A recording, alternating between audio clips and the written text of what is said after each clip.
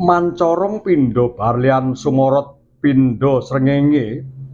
lah menika warnaning Sri penganten putri Nimas Ayu Dewi Larasati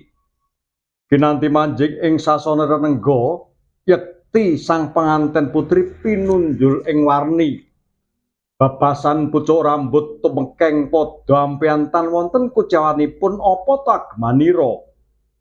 angagem cunduk mentul ingkang winangun cunduk wulan tumanggal ebah kinarya lumampah pindhane warara kang ngawe-awe marang pacangane